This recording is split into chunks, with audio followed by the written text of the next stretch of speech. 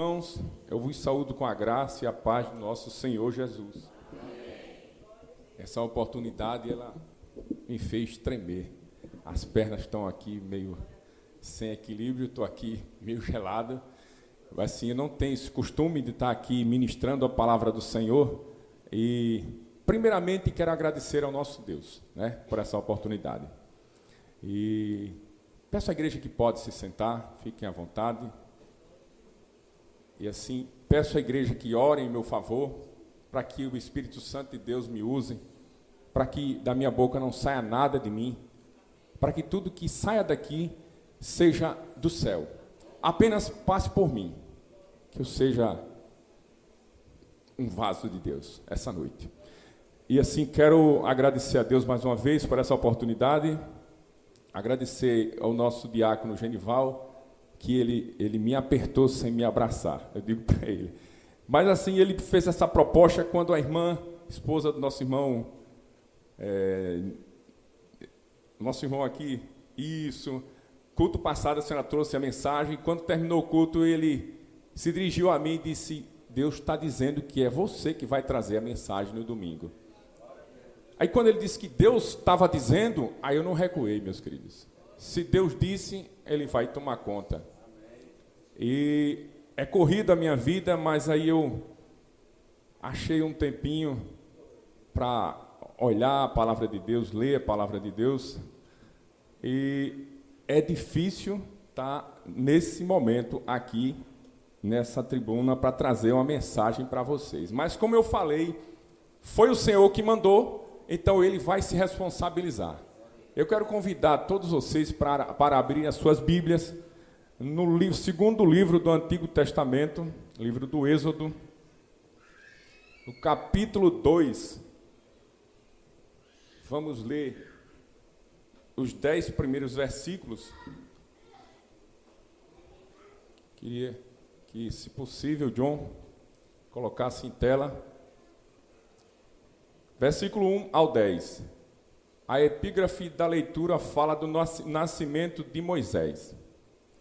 E foi um varão da casa de Levi, e casou com uma filha de Levi. E a mulher concebeu e teve um filho. E vendo que ele era formoso, escondeu 3 meses. Não podendo, porém, mais escondê-lo, tomou uma arca de junco, e betumou com betume e pés, e pondo nela o menino, a pôs nos juncos à borda do rio. E a irmã do menino postou-se de longe, para saber o que lhe havia de acontecer. E a filha de Faraó desceu a lavar-se no rio, e as suas donzelas passeavam pela borda do rio. E ela viu a arca no meio dos juncos, e enviou uma criada, e a tomou. E abrindo-a, viu o menino, e eis que o menino chorava. E moveu-se de compaixão dele, e disse: dos filhos dos hebreus é este.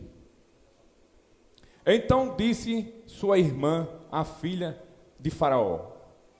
Então disse a irmã do menino, a filha de Faraó, que estava observando tudo à distância: irei eu chamar uma ama das hebreias, que crie este menino para ti?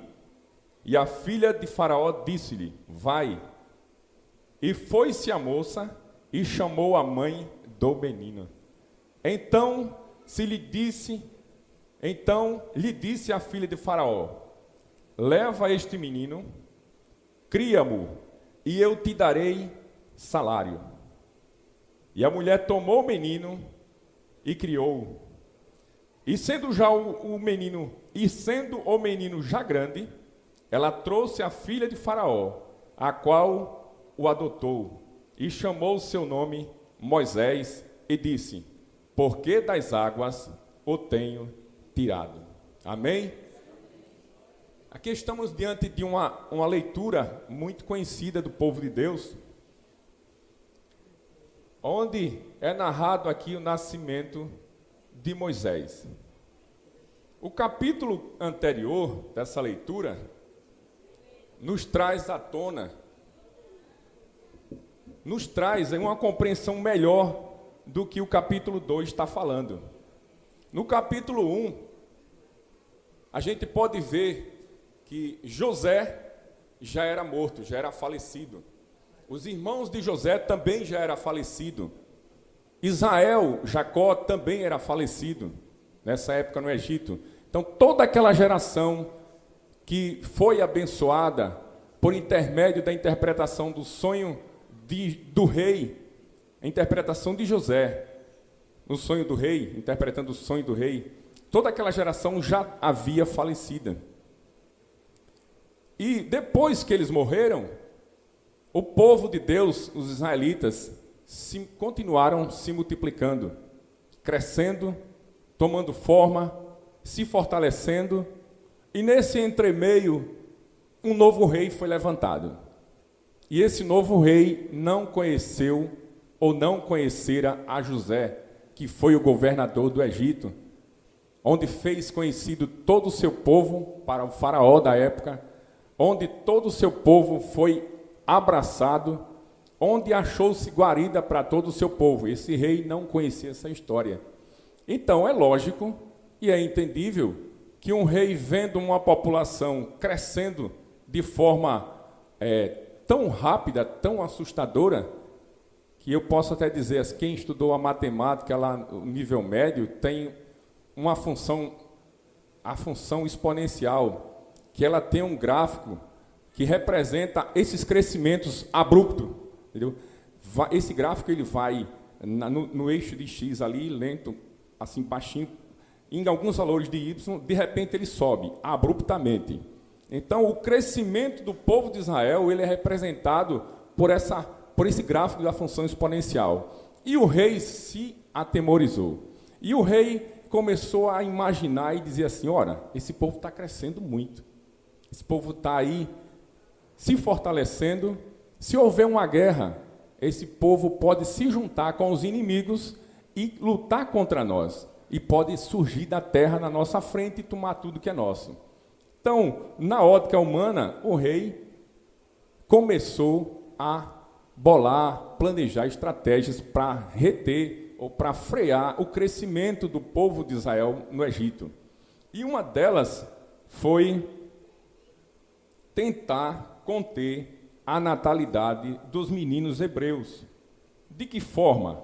Capítulo 1, só fazendo a introdução, o capítulo 1, ele nos traz isso aí. O rei convoca as parteiras hebreias e diz para elas, olha, quando vocês forem ajudar no parto, vocês observem, se for menino, mate-os. Se for menina, deixa viver. E as parteiras olharam assim, hebreias, e jamais iam fazer isso. Tementes a Deus, as parteiras poupavam a vida dos meninos, e o rei começou a ver que aquilo não estava dando certo. E a chamou e disse assim, por quê? O que é que está vendo? Não está dando certo o plano, o que é que vocês estão fazendo? Uma orientação de Deus, as parteiras falaram assim, ô rei, o que acontece é que as mulheres hebreias, elas são sábias, são espertas. Antes que a gente chegue para fazer o parto, elas têm os meninos sozinhos, e pega os meninos e esconde, e a gente não tem como fazer esse crescimento parar. Então, aquilo provocou o rei mais e mais, e o rei agora lança o decreto da matança de todos os meninos hebreus que nascessem. Mulher teria passagem livre, mas meninos teriam que ser mortos. E aí a gente entra no capítulo 2. A mãe do menino, preocupada em salvar o seu filho, o menino nasceu, menino belo, ela conseguiu conter esse menino por 3 meses. Mas o menino cresce, o menino chora alto, alguém vai ver, o rei vai estar lá com toda a sua comitiva de polícia e segurança, olhando, eu estou parafraseando, como dizem os pregadores, olhando para lá, vigiando, e escutar e descobrir o menino. Mas Deus é perfeito.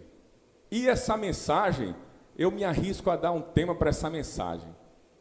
Essa mensagem, eu trouxe um tema que diz que Deus é o Deus que cuida do seu povo. Então, quando essa mãe entrou em desespero, ela deve ter ouvido essa ideia do Senhor Jesus. Capítulo 2, vamos para o capítulo 2. Capítulo 2, versículo 3, John, por favor.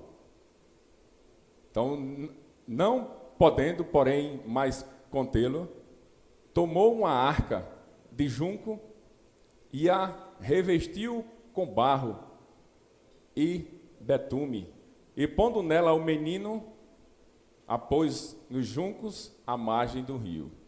Alguns pregadores dizem que foi para não ver o menino morrer. Mas assim, a gente começa a ler o capítulo e fica nas entrelinhas que aquele local do rio era um local propício para a princesa ir lá se banhar. Em algum dia da semana, não sei, uma tarde, eu entendo assim.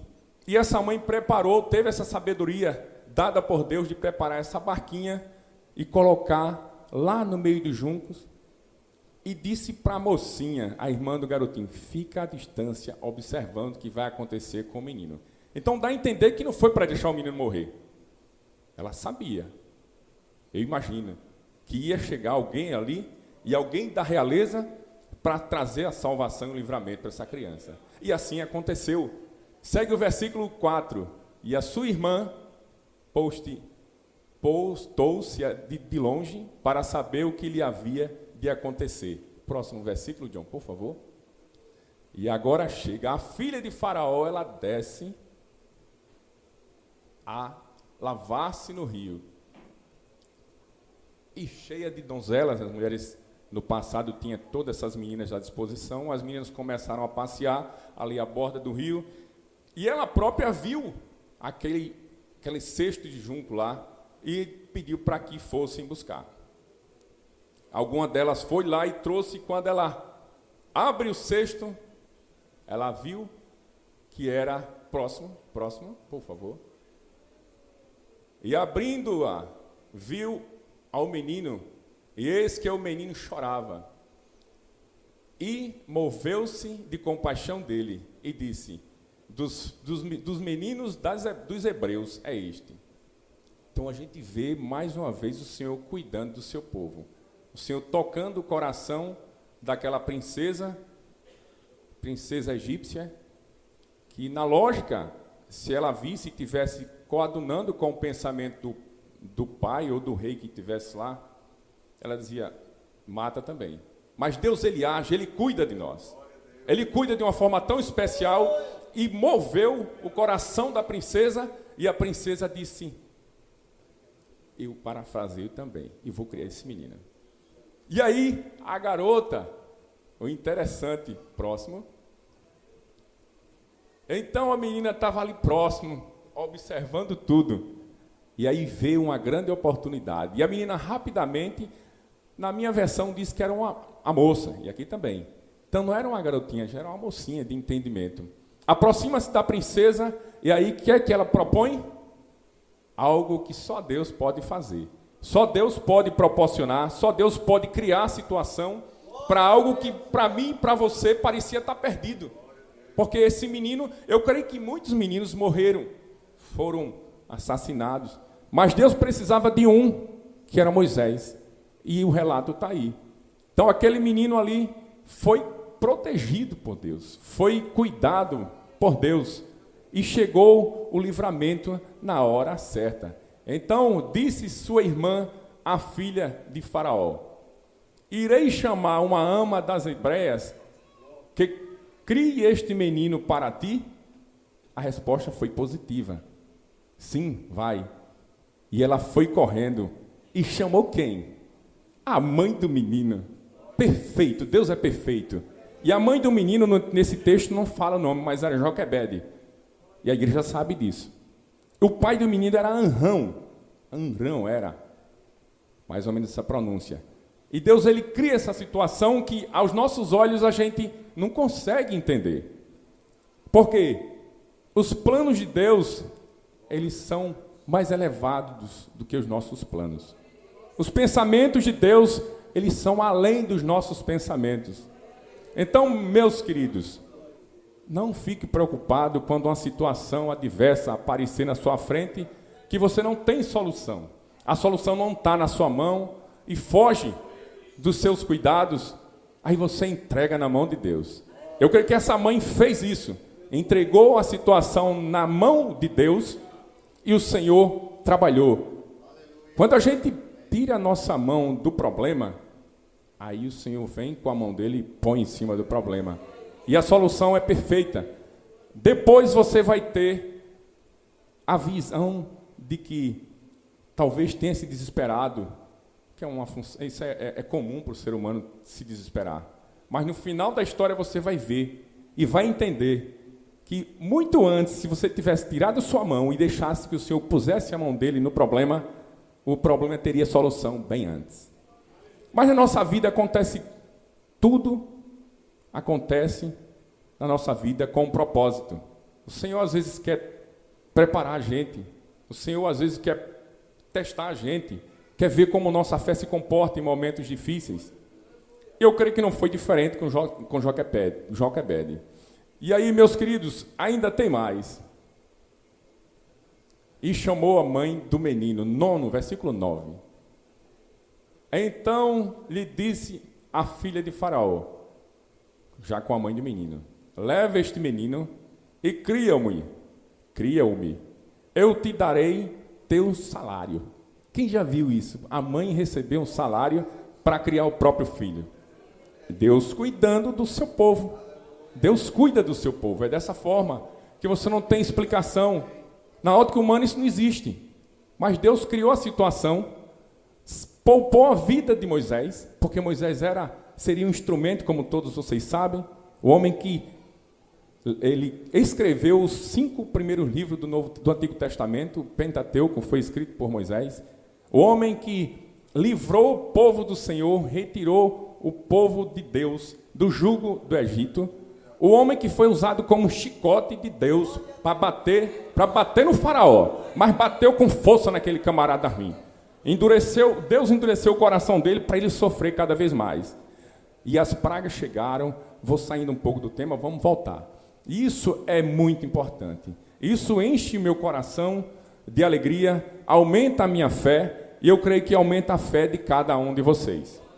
Porque o Senhor é perfeito. E nós que servimos ao Senhor, nós que nos entregamos a Ele, nós que estamos firmados nos 3 pilares, a fé, a esperança e o amor, nós somos diferentes do povo que não tem essa confiança. A gente atravessa dificuldades de uma forma inexplicável que quem está lá fora fica indagando. Como foi que você atravessou isso aí? Como foi que você suportou isso aí? Como foi que por que você está sorrindo passando por uma dificuldade dessas? Quando eu sou indagado dessa forma, me aparecem essas perguntas, aí eu pergunto, é porque eu entreguei a minha vida para Cristo? É porque eu sou um servo de Deus? Na minha pequenez e na minha falha, eu tenho Deus que criou o universo como o meu Senhor, como o dominador da minha vida, como aquele que tem o controle da minha vida, aquele que diz para mim que vai fazer e faz. O que ele promete, ele cumpre. A fidelidade dele é incalculável. Por isso que eu louvo esse Deus, por isso que eu sirvo a Ele. E nesse momento eu aproveito e começo a injetar uma injeção do Evangelho nas pessoas que me indagam. Mas isso só tem quem tem a presença de Deus. Quem procura em meio a essa dificuldade do mundo, está na presença do Senhor, está buscando a sua face, está estreitando o relacionamento com Ele, seguindo mais. E quando o menino já era grande, ela, a mãe do menino, o trouxe à filha de Faraó, o qual o adotou e chamou o seu nome Moisés, e disse: porque das águas o tenho tirado. O que é que eu vejo no versículo 10? E quando o menino já era grande, está dentro dessa frase, e quando o menino já era grande, todo o ensinamento dos hebreus no coração de Moisés. A mãe recebeu salário para criar o filho, para a filha de Faraó, porém criou o filho com o sentimento de hebreu, como de fato ele era o hebreu, criou a ele, ensinou tudo o que os seus antepassados passaram, preparou o menino com o sentimento de filho de Hebreu, e quando esse menino vai ser entregue à filha de Faraó, que Deus permite, o seu servo ser criado como um príncipe, e assim foi Moisés criado como um príncipe, Deus permitiu isso aí. O jovem, eu acredito que já estava menino, perto de adolescente, foi entregue à filha de Faraó, e aí foi desfrutar das benécias do reino do Egito. Porém, contudo, todavia, esse menino não se corrompeu com o que era praticado no Egito. A idolatria, os deuses que eles adoravam, tudo aquilo não alcançou o coração desse menino. Eu tenho 2 garotos ali, o Túlio e o Juan. Eu peço graças a Deus, abrindo só um parênteses para sair um pouco aqui e olhar para a minha família.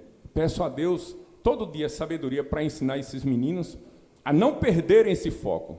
O Túlio agora está adentrando na UFAL.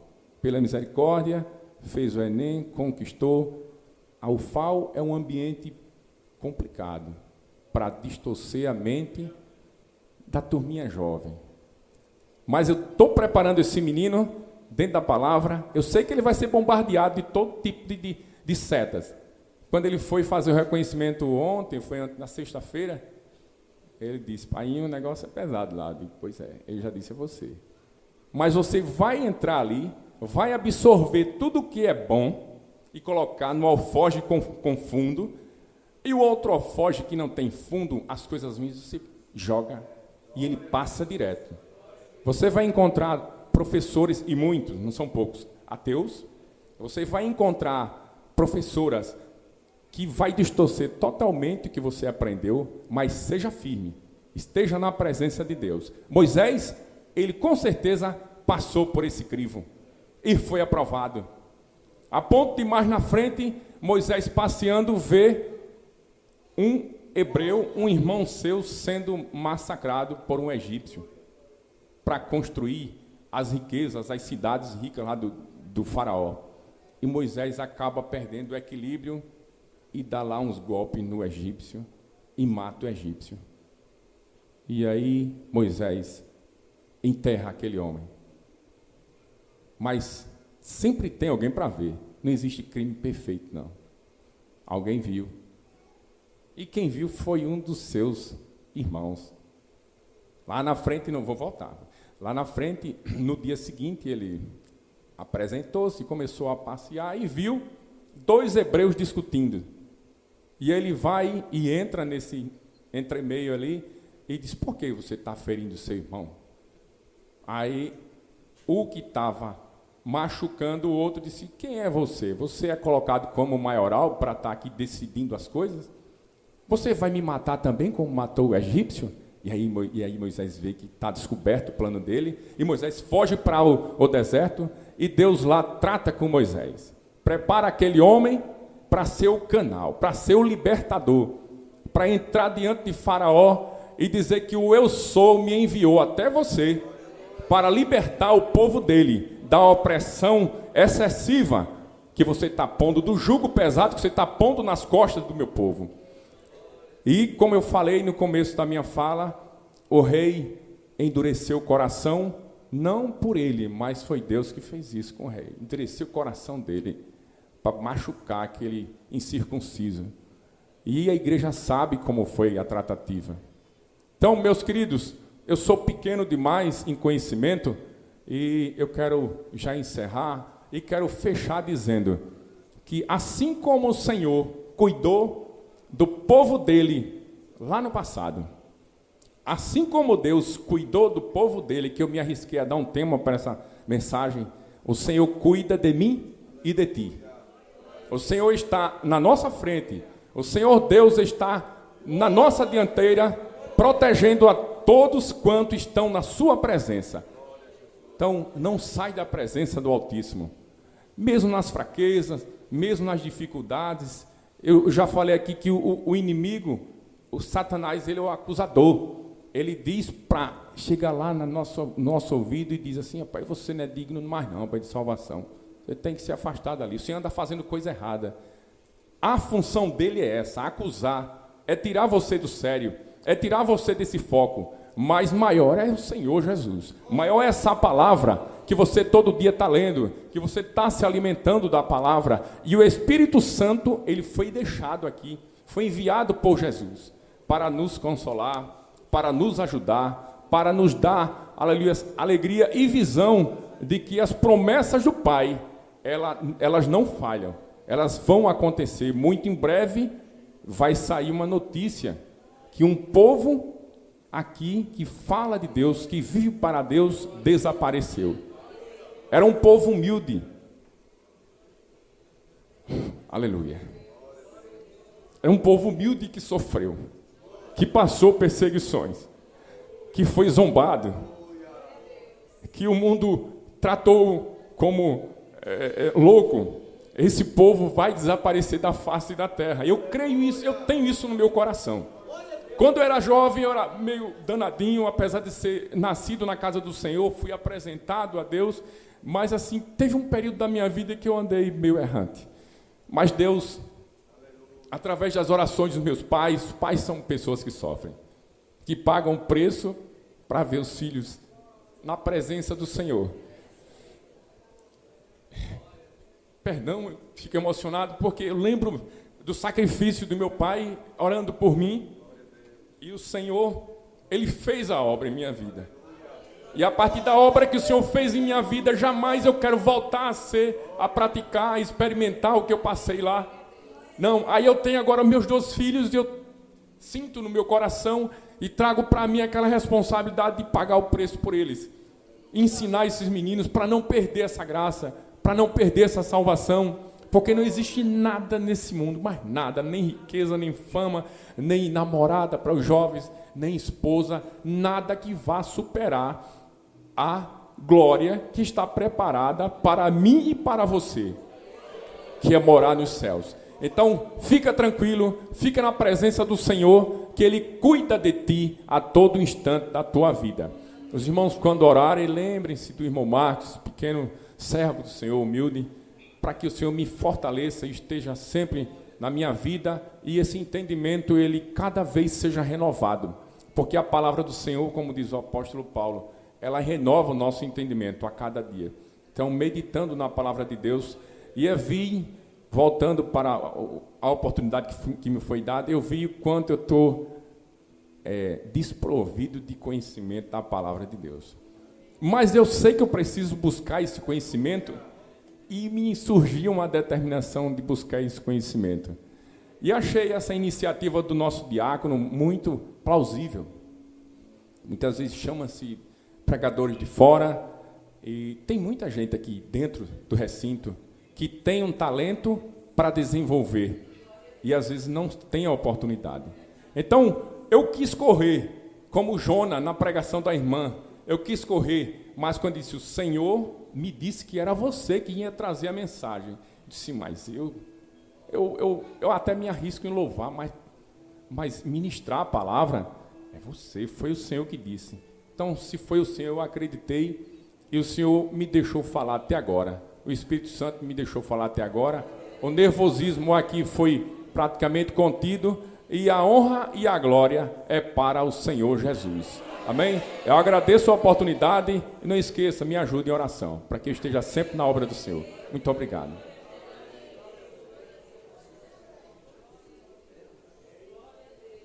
Deus cuida de mim, na sombra das suas asas. Deus cuida de mim, eu amo a sua casa. E não ando sozinho, não estou sozinho, pois sei, Deus cuida de mim,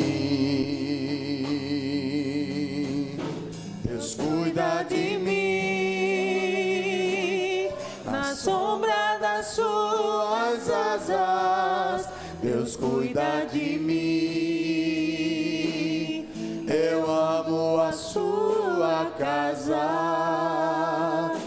e não ando sozinho, não estou sozinho, pois sei, Deus cuida de mim.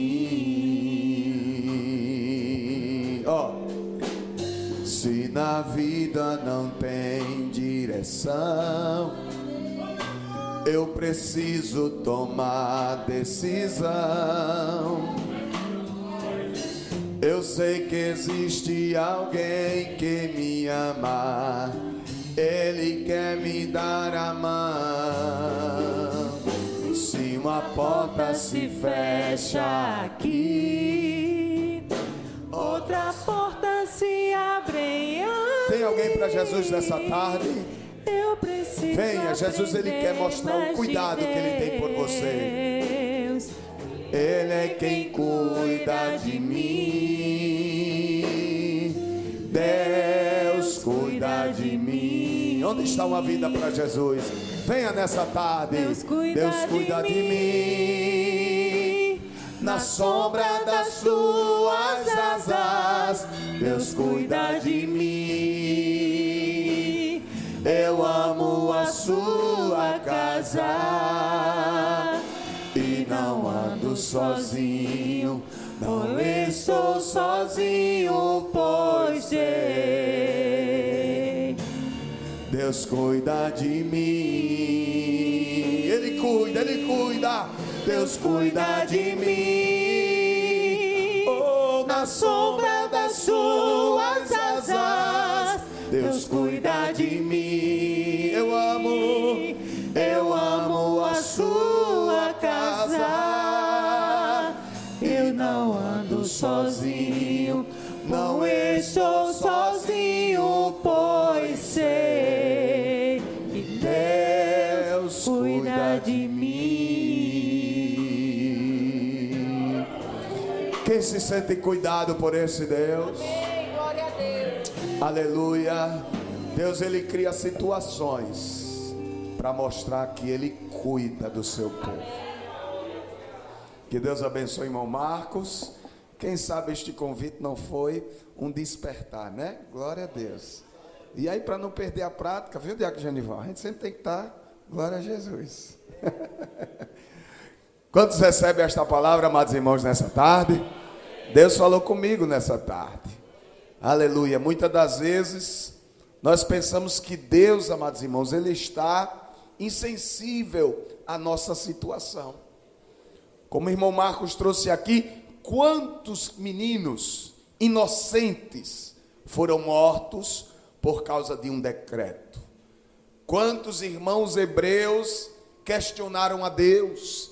Viemos para este lugar como um projeto para nós não perecermos na fome que atingiu todo mundo, e agora nós estamos em um lugar onde os nossos filhos, homens, estão sendo ceifados. Mas Deus precisava mostrar para aquele povo, naquele tempo, que Ele cria situações para guardar o seu povo. Olha que paradoxo, olha que contraste. Faraó determina que filhos hebreus homens deveria ser morto. E por conta desse decreto, de repente, ele se depara no palácio dele, do próprio Faraó, ele cuidando de um hebreu homem. É Deus que faz isso, amados irmãos.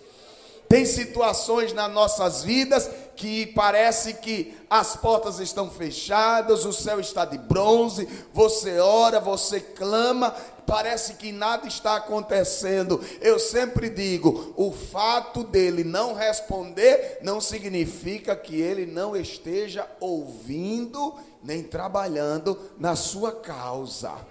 Confie nele, porque ele cuida de você, Ele cuida dos seus, Ele cuida da sua igreja, Ele cuida da sua família, Ele cuida da sua cidade, nada escapa dele, porque Ele está no trono e Ele está cuidando do seu povo. O que cabe a nós simplesmente é uma coisa, fazer a nossa parte, confiar. Joquebede fez a parte dela até onde pôde, guardou o menino.